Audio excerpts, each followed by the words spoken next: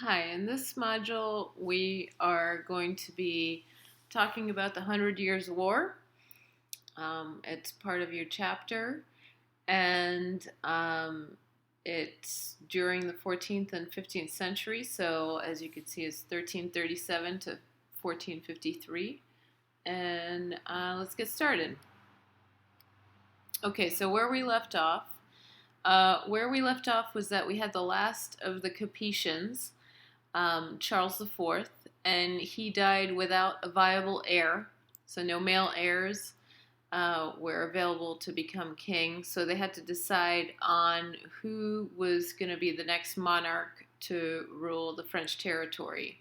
So there were two potential monarchs, one of which was Edward III, who was from England, and Philip de Valois, who was French, but not as direct as Edward III. So he was a cousin and not a direct descendant. So the result was that Philip de Valois became king, and the French really did not want Edward III as king because he was the king of England, and though he had a more direct path to the throne, due to the fact that he was English, the French really did not want him to rule. On top of that, being the King of England afforded you a great deal of power. And contrary to that, Philippe de Valois,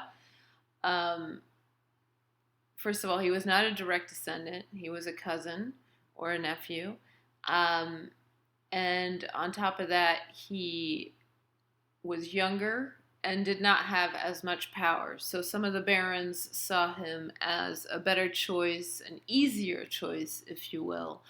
So they used the Salic law. If you remember, the Salic law was a law that was pretty misogynistic, where descendancy through a female was not considered as valid. So, due to the fact that Edward III had his claim to the throne through a female descendant, he was ruled invalid due to that, and Philippe de Valois was given credency due to the fact that he was not descended from a female, but was through male lineage.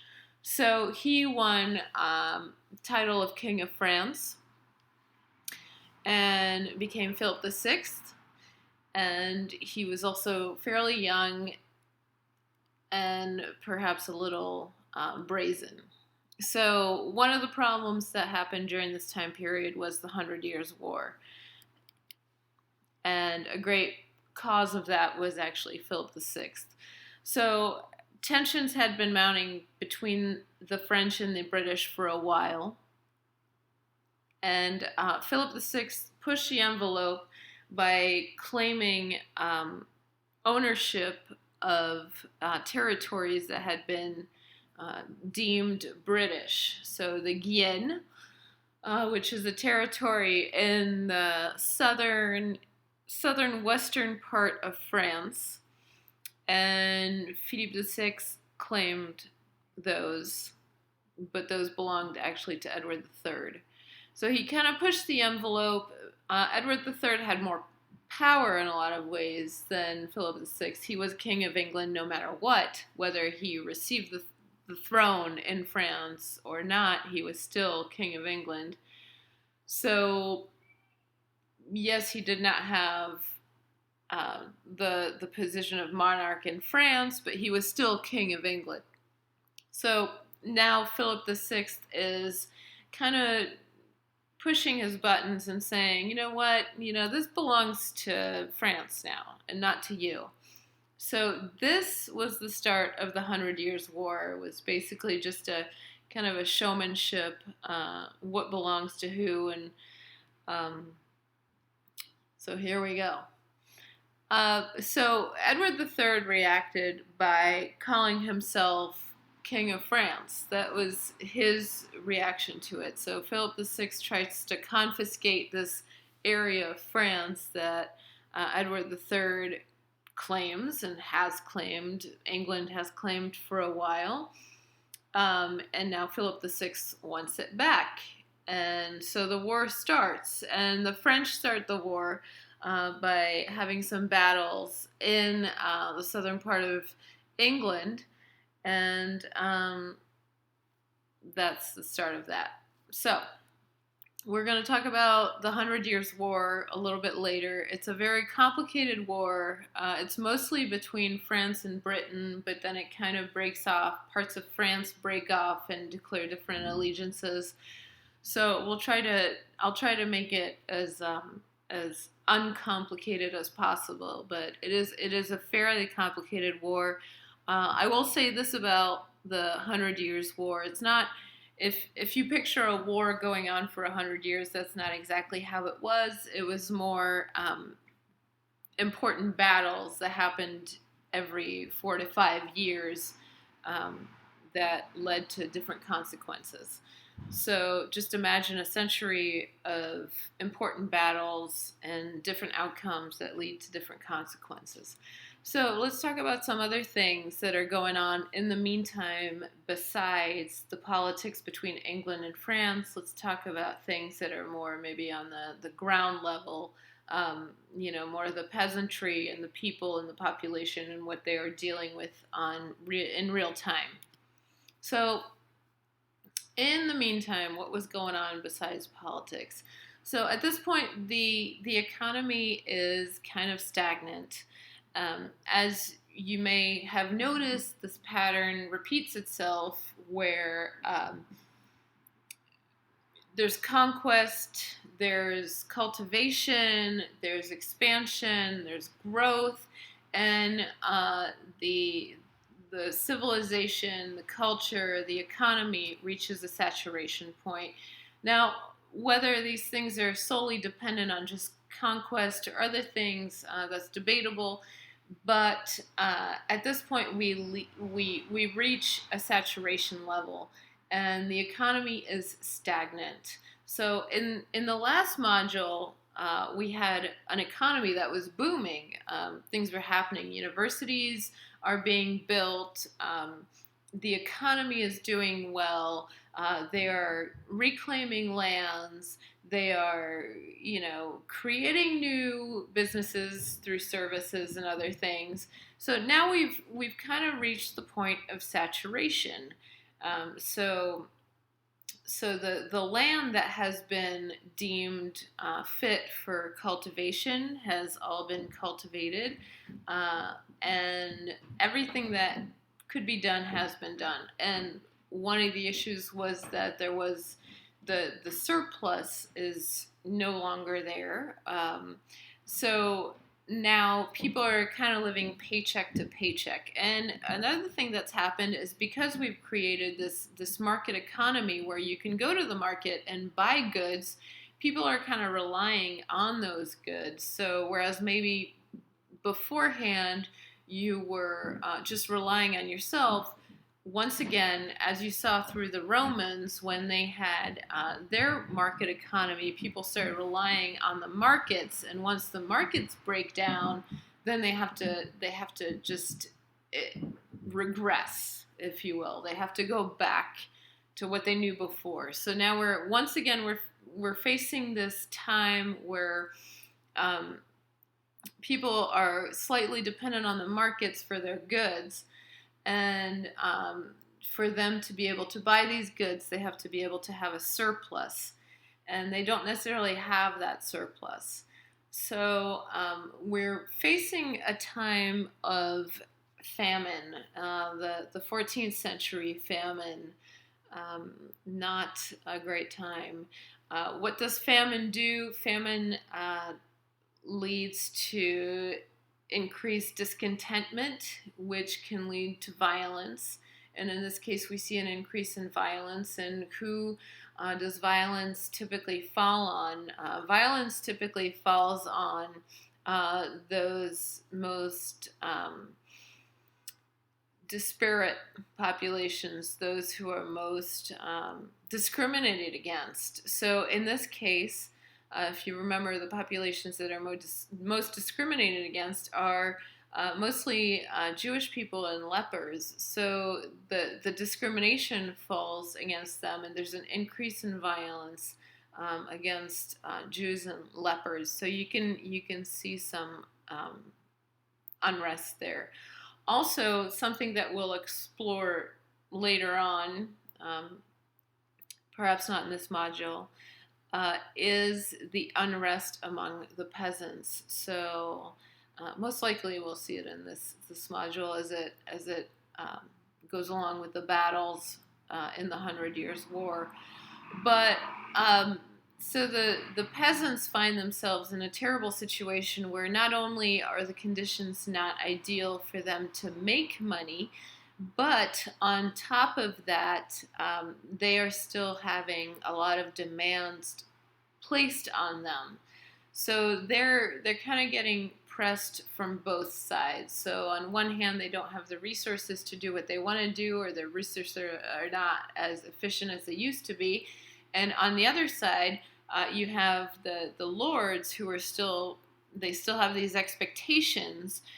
They are still living in this world where there are surpluses, and these surpluses are not a problem. So they still expect their peasants to deliver the goods that they were receiving before, but this is no longer a viable situation for the peasants. So the peasants feel pressure against them, and the lords have these expectations of, well, they want to maintain their lifestyle. Of course, they still want to have their parties and have their feasts and have their tournaments and whatnot.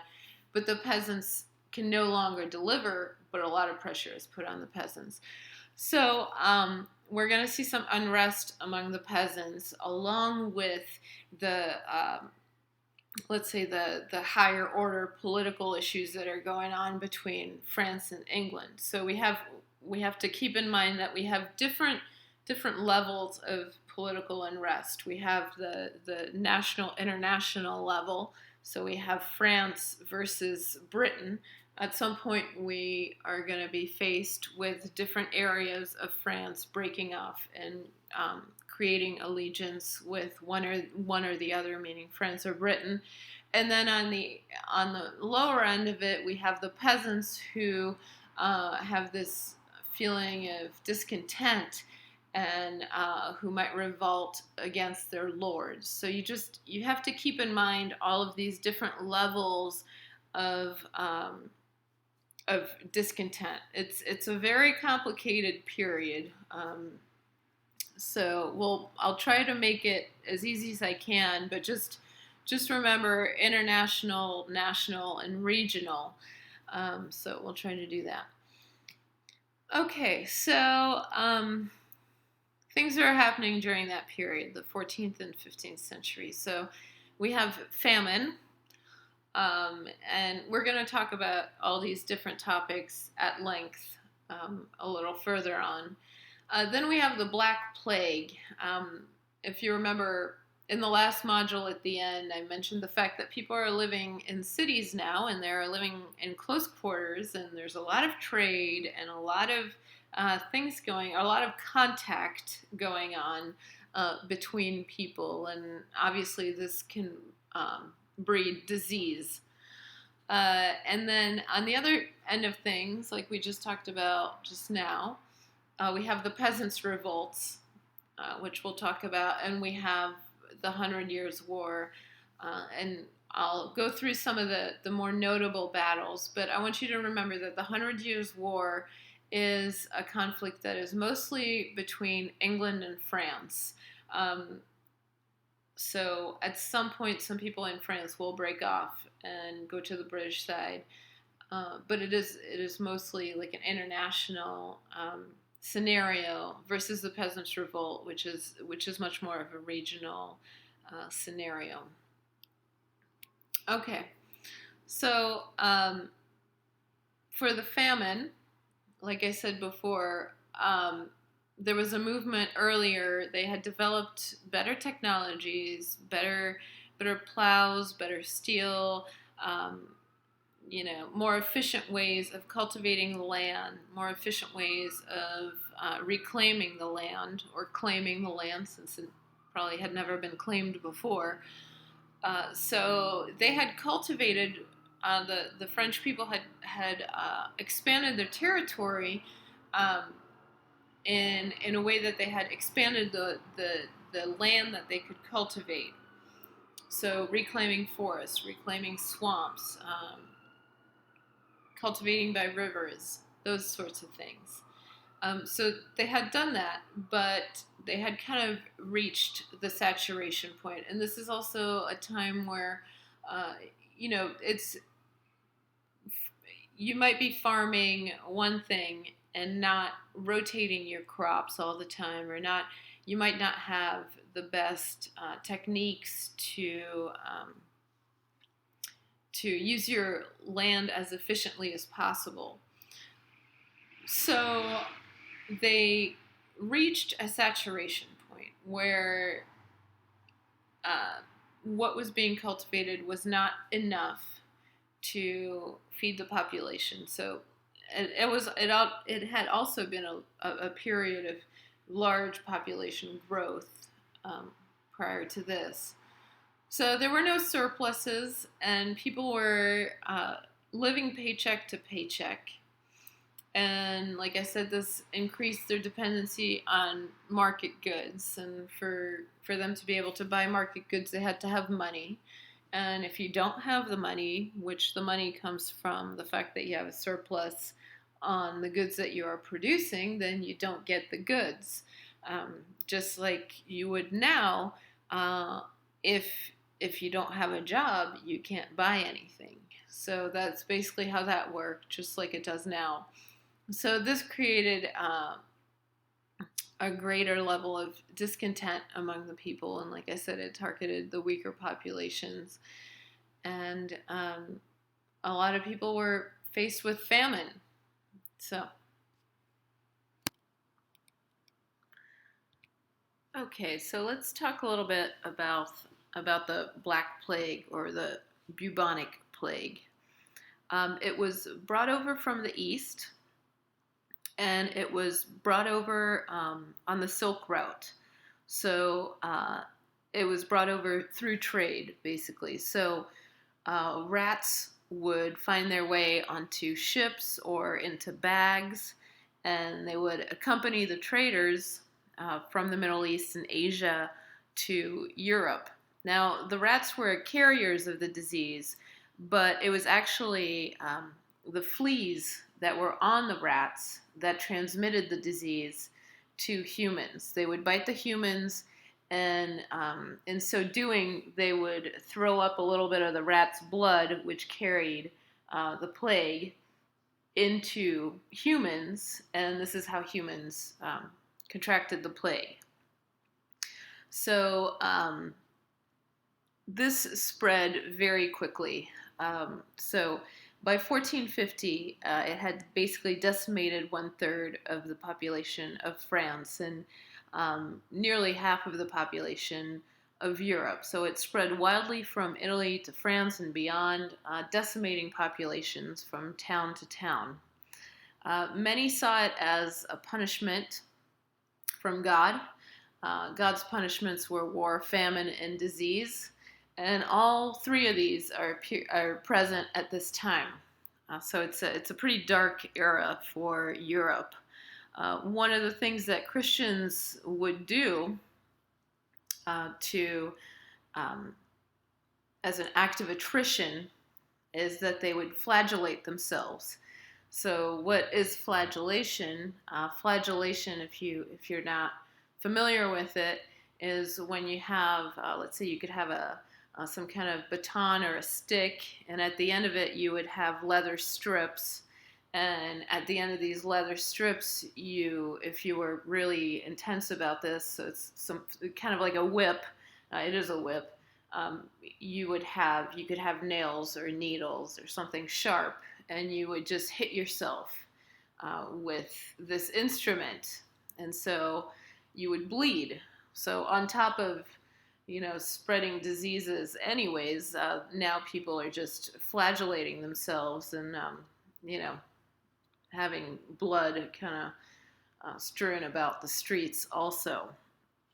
So another problem with the plague is that at the time, as we talked about before, we're dealing with less of a rural economy, and there is a city center kind of focused on the castle, center on the castle, and a market economy. So people would actually buy their goods from market and live closer to the castle than before.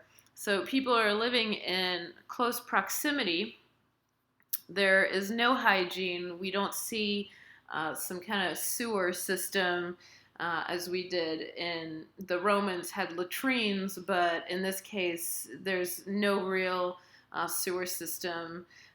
There's no hygiene practices, and people are living in very close quarters. So typically, a family might sleep in the same room.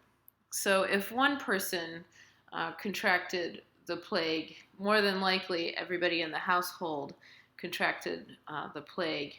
And once you had visible symptoms of the plague, that was it. You're done for. You died pretty quickly. It could basically liquefy your lungs pretty quickly. So these symptoms would be, you would see some dark brown spots appear, and that just signaled the end, and it was highly contagious.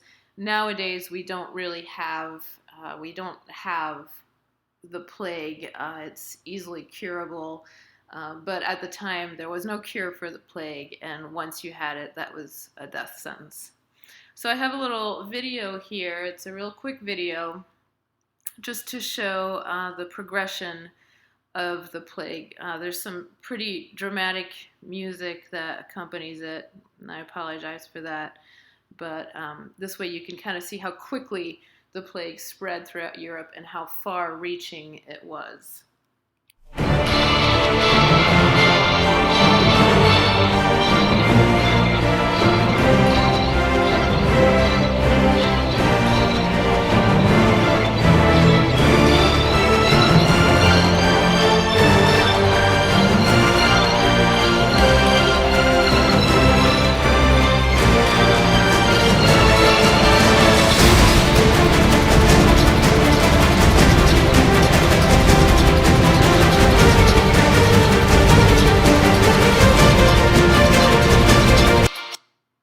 Okay, so you can see it just went through Europe like a wildfire. And parts of northern Africa, the Middle East, a lot of people were affected. There was no way to cure it, so many people died. So the next slide is some artwork. And here's some images of the plague. And in the first image to the left, the larger image, you can see a lady and a man, and then between those two you can see a skeleton carrying a sickle.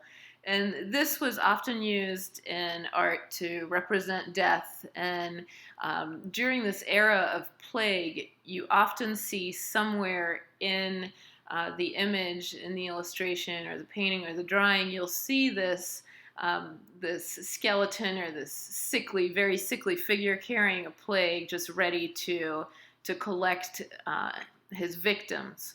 So there on the top right, you see a man who has some dark spots, and it looks like he's being eaten by a dog, or some dogs. And on the bottom, you can see some kind of monkeyish figures, and those would basically be evil figures. And this is also something else that you can find represented in 15th century art. So you have death, and then you have kind of this devilish presence.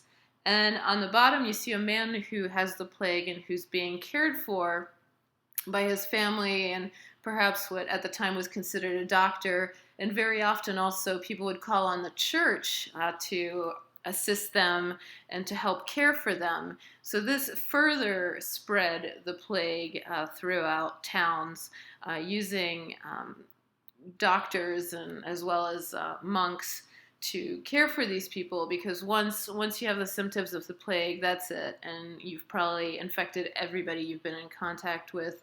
It could take as little as a sneeze to infect somebody else with the disease. So very devastated Europe at the time. Now here is another image, and this one was painted by Peter Bruegel the Elder, who's a Flemish painter. And I like this painting because it kind of gives you almost a summary of the times. It's very chaotic. There's a lot going on in here. You see those white figures as priests, and you see a very skinny horse with probably death on top of it, just trampling over people. You see people in their coffins. You see war. You see fire. So this is kind of indicative of the times. This is a dark age. Not a lot of hope. There's war. There's famine and disease. So just a terrible period for a lot of people. So I'll just give you a minute to kind of look at this painting and notice things about it.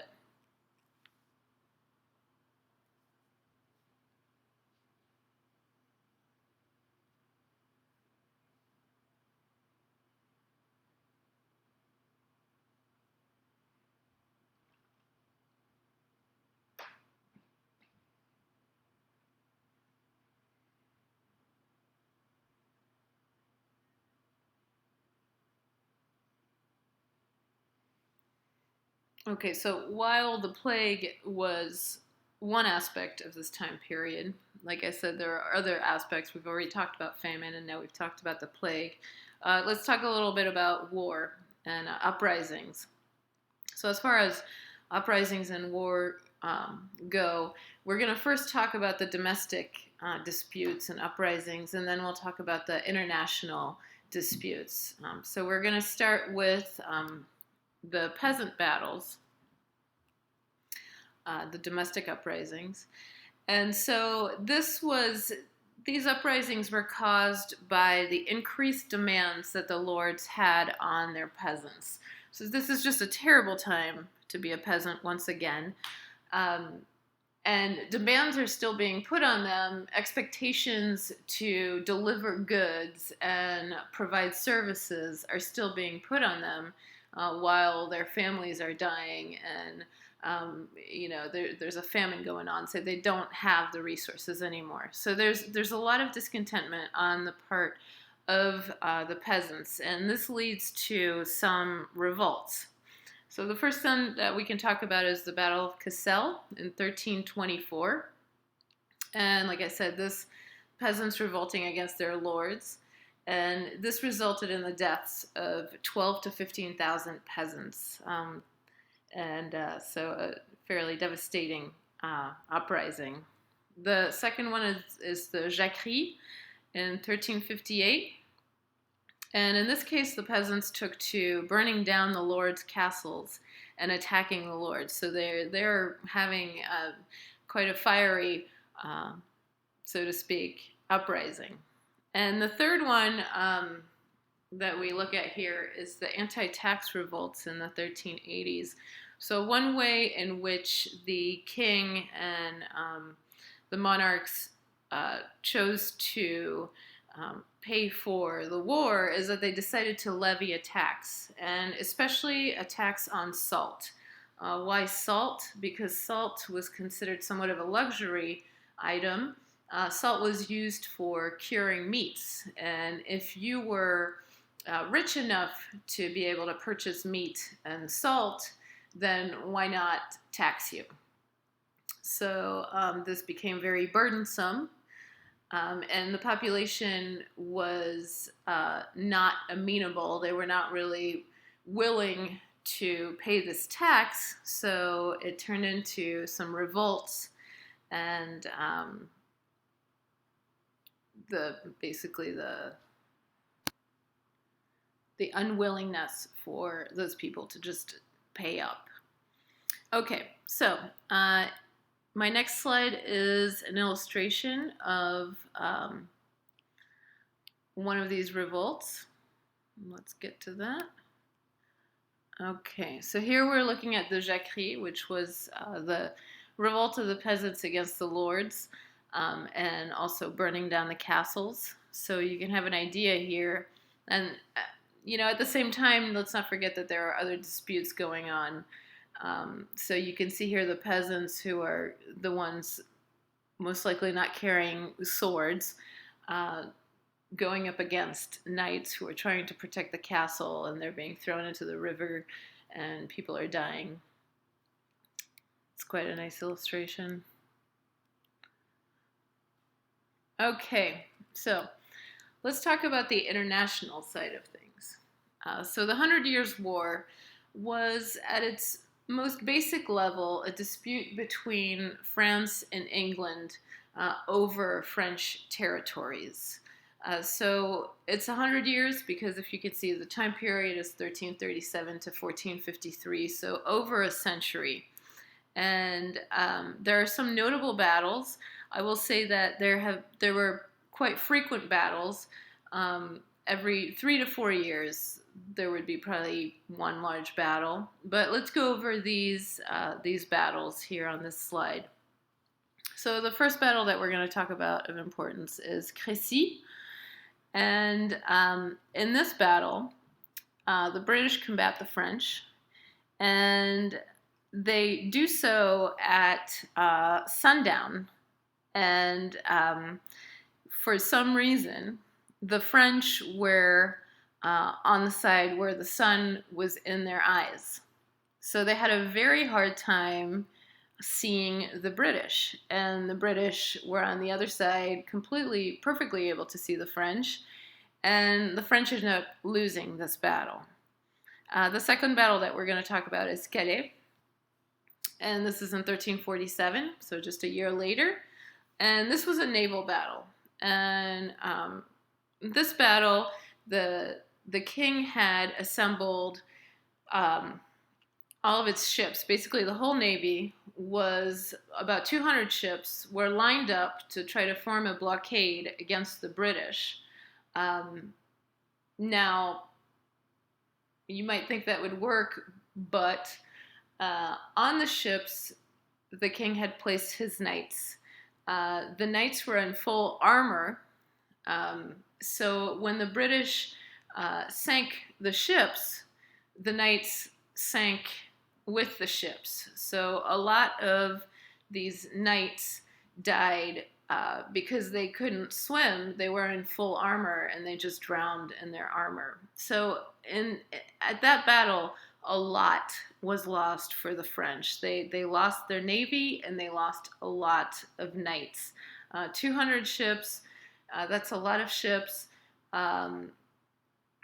So just a devastating loss for the French. And on top of that, Calais is a port in France, and it is the shortest distance between France and England. So now that the British have gained a foothold in France at this important port, this crucial location, they have the shortest distance between England and France is now theirs.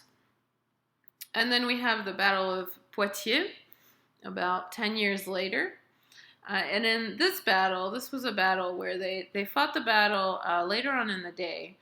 And the soldiers were exhausted. The British were famished at that point, but the French decided to go for it.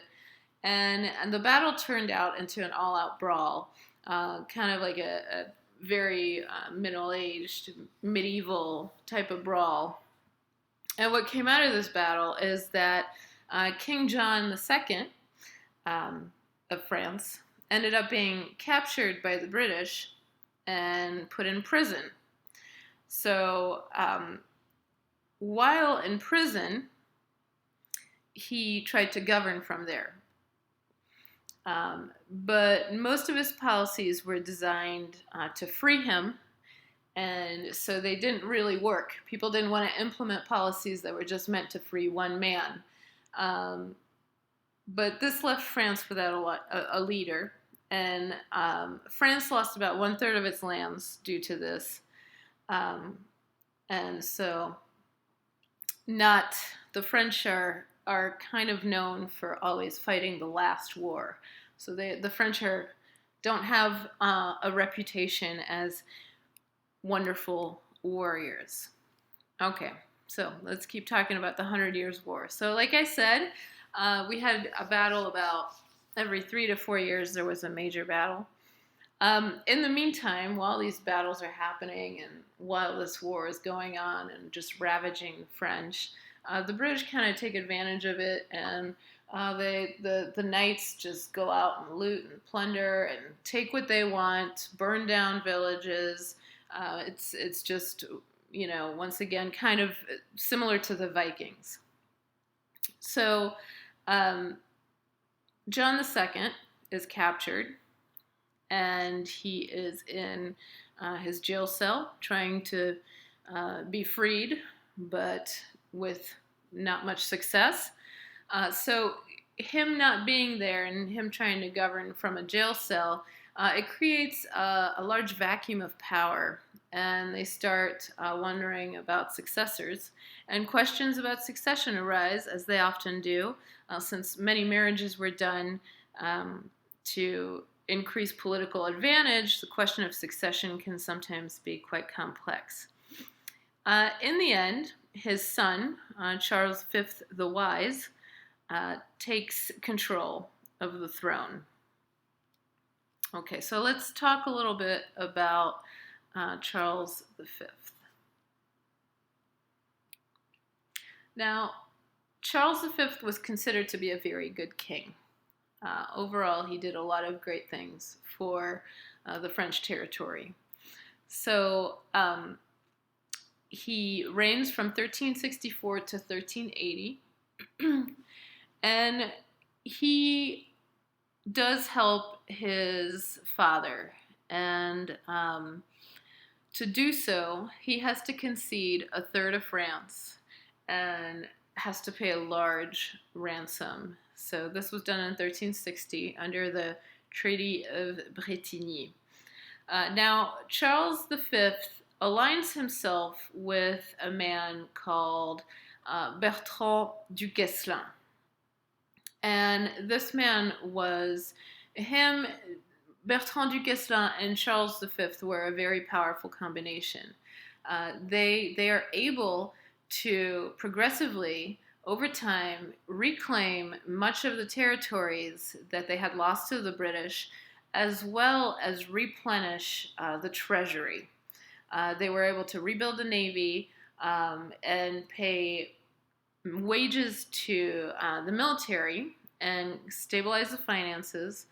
And they're able to kind of turn the tide on the 100 Years' War, so that now it's not just going in the direction of the British.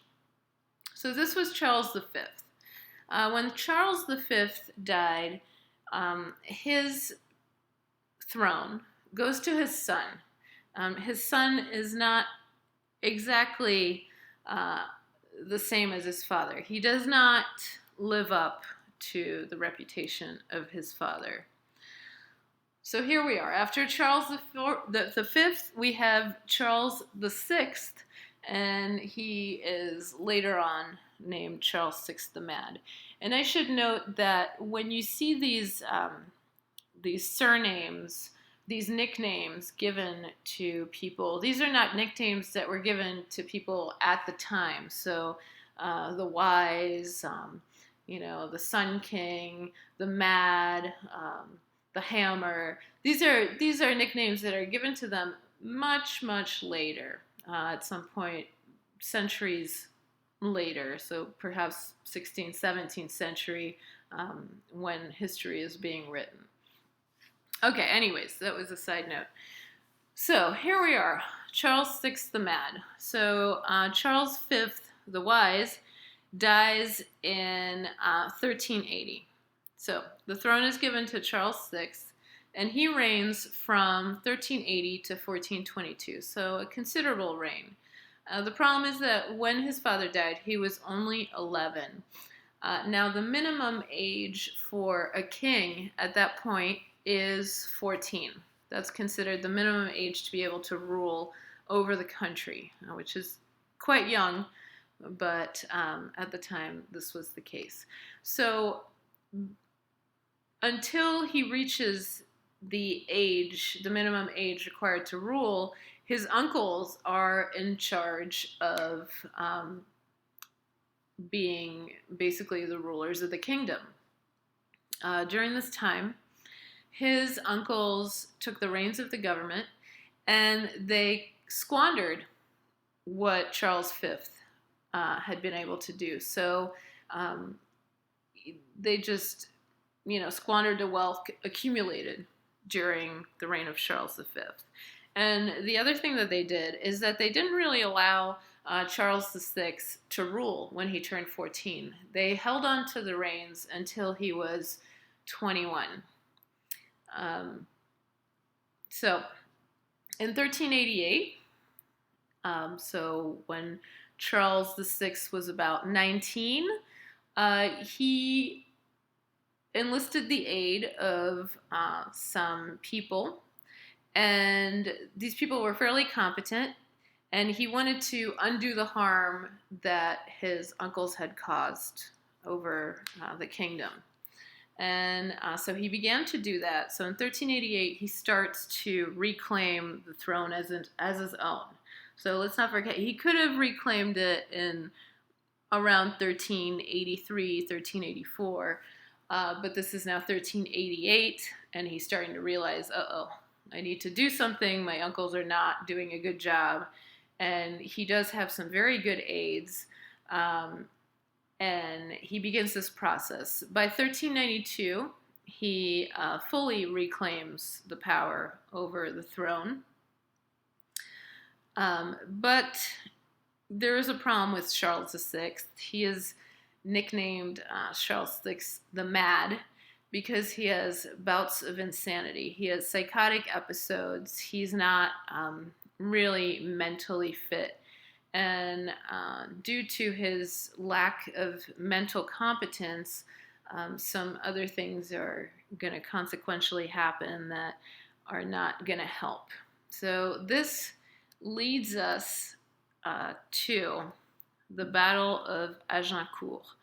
So while Charles VI is trying to regain control over the land, there's a lot of infighting. The fact that he's not fully mentally competent to rule the kingdom allows other faction within the kingdom to start kind of vying for power. They see an opportunity and they're going to try to seize it. And this is all going on while France is still battling British rule. So what happens in 1407 is that the brother of Charles VI is assassinated. And the assassination is arranged by a Burgundian duke. So this assassination distracts Charles VI from the problems he has with England. So instead of focusing on the big problems between France and England, now his brother has been killed. So his mind goes to his brother and not to the battle between one country and another. It goes to his family. And this allows England to step in a big way. So during this time, in 1415, England is ruled by King Henry V, and he sees a massive opportunity. So while Charles VI is, busy worrying about the assassination of his brother, the Duke of Orleans, King Henry V of England sees this opportunity and says, time to invade France. So there he goes. In 1415, he comes to France, and we have a major battle. We have the Battle of Agincourt. And in this battle, even though France vastly outnumbered England, England defeats France. One of the interesting things that King Henry V did during this battle is that whenever he would take French prisoners, instead of keeping them, which was the chivalrous thing to do, he would kill them.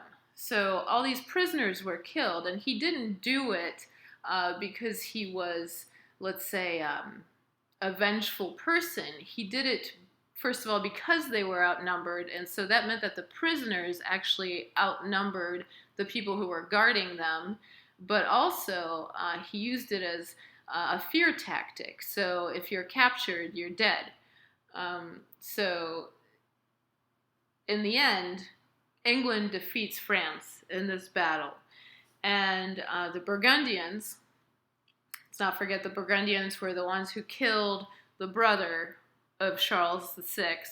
They allied themselves with England at this time.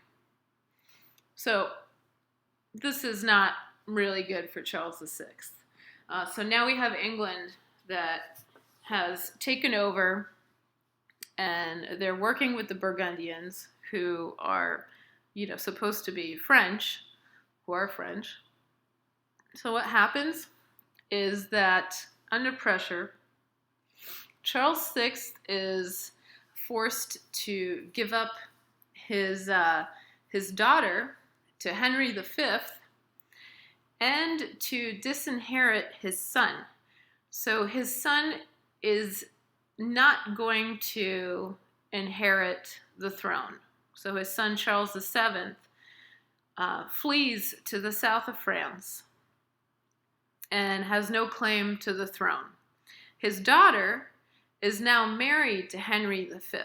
So just imagine how devastating that would be, how humiliating it would be. You're the King of France, and not only have you lost to the King of England, who is now claiming most of France, you have to give up your daughter as a wife to the man who beat you. And on top of that, your son has to flee and has no claim to the throne. So just an absolutely devastating loss for France. So at this point, the north of France is in the hands of Henry V, England, and the Burgundians. So we're going to leave off at this module. We're going to stop here. My next slide is conclusions. Okay, so what we learned in here, we saw a higher population or a higher concentration of population in one area that led to disease. The disease spreading much more rapidly than it would have, let's say, if people were still more spread out. But the lack of hygiene, the proximity, the reliance on market goods just favored a faster delivery of the disease. We're dealing with a lot of unrest due to famine, war, and disease. And this is both on the domestic and the international front. So with the domestic front, we saw the peasant uprising. And on the international front, we're dealing with France versus England. England wants France. So in the 100 Years' War, we see some changes in strategy and warfare strategy and naval battles. And we also see the increased use of bow and arrow. And as usual, we're dealing with questions of succession, which carries over from the last chapter.